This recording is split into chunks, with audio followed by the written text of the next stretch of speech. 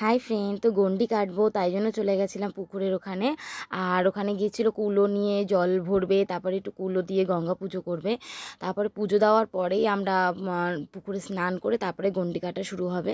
সবথেকে ভালো কথা, বাবিকে আমি স্কুলে সকালবেলা ওর পাপা দিয়ে এসছে, তাই জন্য বাবির কোনো চিন্তা আমার অনেকটা নেই। তো ওর পাপা আজকে কাজেও যায়নি, তো বলছিল যে তুমি এদিকে গন্ডিটা কাটলে আর বাবি যদি থাকে খুবই দুষ্টুমি করবে আর মনোযোগটা ঠিকঠাক করে দেওয়া যায় না। তো বাবি স্কুলে গেছে ঠিকই, কিন্তু আমি আর নিয়ে আসবো না আজকে। আর বাবির পাপা গিয়ে নিয়ে আসবে, এই একটা বড় চিন্তা, সবথেকে বড় চিন্তা যে বাবি স্কুল থেকে এসে কোথায় থাকবে না থাকবে। তো ঠানু সারাদিন রয়েছে, ওর দেখবে। বাবির চিন্তাটা আজকে এবারে আমাকে করতে হবে না। তো দেখতে দেখতে বছর চলে এলো, পঞ্চদোলের অনুষ্ঠানও চলে এলো।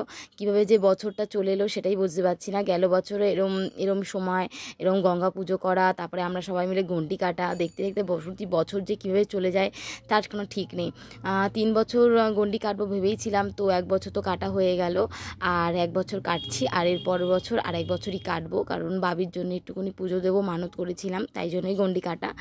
আর সত্যি কথা বলতে গেলে গন্ডি কাটাটা আমি প্রথম ভাবতাম যে খুবই ভয়ের একটা জিনিস, কিন্তু যখন স্টার্ট করা হয় ঠাকুরের নাম নিয়ে, মানে আর নিজের ভেতরে যেন নিজেই না থাকি, এরকম একটা ব্যাপার থাকে যে পুরো মনোযোগটা বা মনটা বা শরীরটা পুরোটাই যেন ভগবানের ঠাকুরের নাম নিতে নিতে কখন যে ঘন্টি কাটা শেষ হয়ে যায় নিজেও বোঝা যায় না, এই একটা জিনিস। তো ঠাকুরকে শুধু বলছিলাম যেন বাবি ভালো থাকে।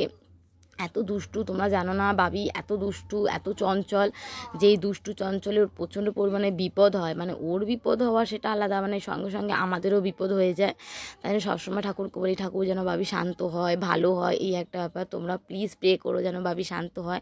প্রচণ্ড দুষ্টু, যেই দুষ্টুর কারণে মানে ও নিজেকে নিজে তো ক্ষতি করে, আশেপাশে মানুষকেও ক্ষতি করে ফেলে, এমন একটা দুষ্টু। ছোট তো কিছু বলাও যায় না। আমাদের মানে পঞ্চদোলের অনুষ্ঠানটা একটা স্মৃতির একটা অনুষ্ঠান, সবাই খুবই আনন্দ করি, রাতের বেলাও খুব এনজয় হবে, খুবই আনন্দ হবে, অনেক অনেক দল আসবে, সব সব মানে দল আসবে, ওই আনন্দটা আরও একটা আনন্দ। তো প্লিজ সাথে থাকো, পাশে থাকো। তো আমাদের পঞ্চদোলের কী মুহূর্ত তোমাদের সাথে শেয়ার করব, অনেক অনেক ভিডিও শেয়ার করব। তো আজকের ভিডিওটা প্লিজ ভালো লাগলে লাইক শেয়ার কমেন্ট করো, সাথে থেকো, পাশে থেকো, অনেক অনেক ভালোবাসো। তোমাদের ভালোবাসাটা আমার অনেক প্রয়োজন। অনেক অনেক দাদারা আমাকে অনেক সাপোর্ট করে, ফ্রেন্ডরাও সাপোর্ট করে, সবাই খুব সাপোর্ট করে, মানে মানে এত সাপোর্ট করে আমি বুঝতে পারিনি যে এত তাড়াতাড়ি সবার সাপোর্টটা আমি এরমভাবে পেয়ে যাবো। প্লিজ তোমরা যেমন ভালোবাসছো ওরমভাবে ভালোবাসো, তোমাদের ভালোবাসা ছাড়া কিন্তু কোনোটাই সম্ভব না। তাই জন্য প্লিজ সাপোর্ট করো, সাথে থেকো, পাশে থাকো। নতুন ভিডিও তোমাদের জন্য আনবো, অনেক ভিডিও আনবো তোমাদের জন্য। তোমরা যদি সাথে থাকো, পাশে থাকো, আর নতুন নতুন ভিডিও আনার উৎসাহটা কিন্তু আরও বেড়ে যাবে। তো প্লিজ কমেন্ট বক্সে কমেন্ট করে জানিও আমার ভিডিও দেখতে তোমার কেমন লাগে। আর দেখতে দেখতে গন্ডিও কাটা হয়ে গেছিলো, পুজোর এখানটা বেশ ভালোও লাগছিলো। সত্যি বছর কীভাবে কেটে যায় নিজেরাও বুঝি না। মানে এই পঞ্চদোলটা গেল, আবার পঞ্চদোল চলে এলো, উৎসব শুরু হয়ে গেল।